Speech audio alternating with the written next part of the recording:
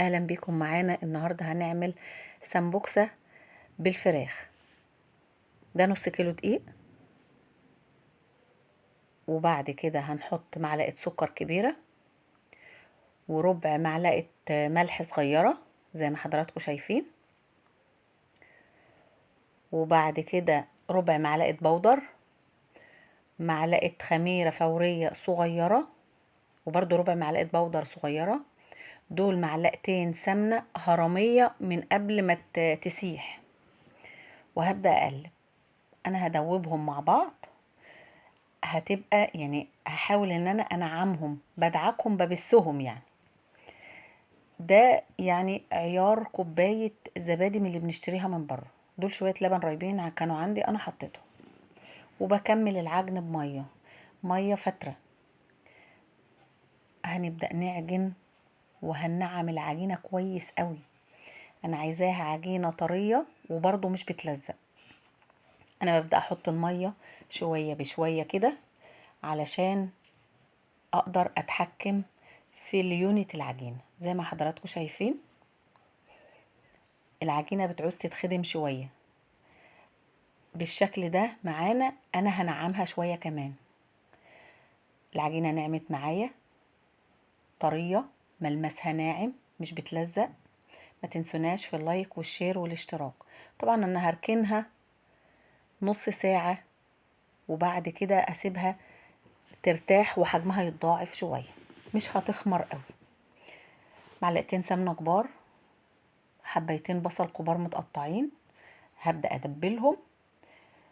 ودول صدرين فرخة معايا، قطعتهم مكعبات صغيرة زي ما حضراتكم شايفين كده،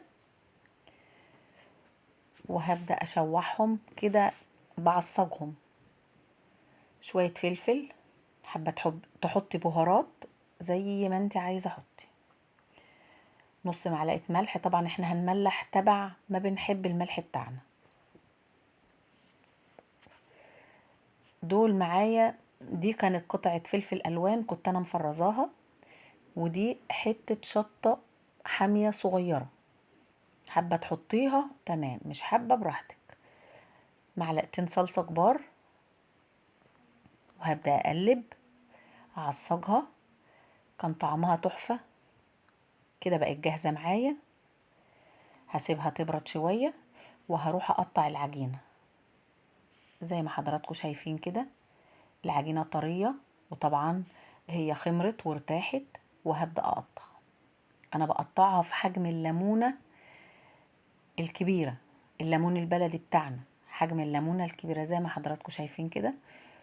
وهخلص تقطيع خالص، وبعد ما اخلص تقطيع هبدأ افرد وبطط علشان احط الحشوة بتاعتي في العجينة. ادي الحجم اللي انا عاملاه كده. انا قطعتها كلها وهبدأ ابطط زي ما حضراتكم شايفين. انا ببطط حبة كتير، كام واحدة معايا هبططهم وافردهم عشان احشي الحشوة مرة واحدة. طبعا انا بعمل وانا واقفة، فمش عشان الموضوع ما يبقاش متعب. كده الحشو، حابة تحشي لحمة متعصجة تمام، حابة تحشي جبن ومتقطع عليها فلفل وزيتون تمام. الحشوة دي زي ما تحبي. وانا هنا بعملها برضو ببشر، لو حباها حلوة ببشر وزبيب وسكر مطحون. ممكن احط سكر ومكسرات مطحونة زي ما تحبي لو حباها حلوة. الاساس بتاع العجينة دي احنا كنا بنحمرها في زيت، لكن طبعا احنا عشان نقلل نسبة الزيوت والدهون معانا في الاكل انا بدخلها الفرن. حابة تحمريها في الزيت زي ما تحب، بس الافضل ان انا بسويها في الفرن. بتطلع طرية وهشة وجميلة جدا، وهوريها لحضراتكم معايا. انا هنا بقفلها، بضغط عليها بقفلها وبرص في الصينية. هنخلص الكمية كلها طبعا، وبعد كده هاخدها وهسويها في الفرن. انا بقفلها زي ما حضراتكم شايفين كده. بقت تمام وجاهزة معايا، استوت. انا بدخلها البوتاجاز، الفرن البوتاجاز على نار عالية من فوق وعالية من تحت. ما شاء الله ده الشكل بتاعها جميل جدا. كانت طرية وهشة، هنقدمها مع بعض. بسم الله ما شاء الله، كانت تحفة وعجبتهم، جربوها هتعجبكم. بسم الله ما شاء الله، متحمرة من فوق ومن تحت، ولا دهنت وشها اي حاجة. ما تنسوناش في اللايك والشير والاشتراك. اشوفكم على خير ان شاء الله.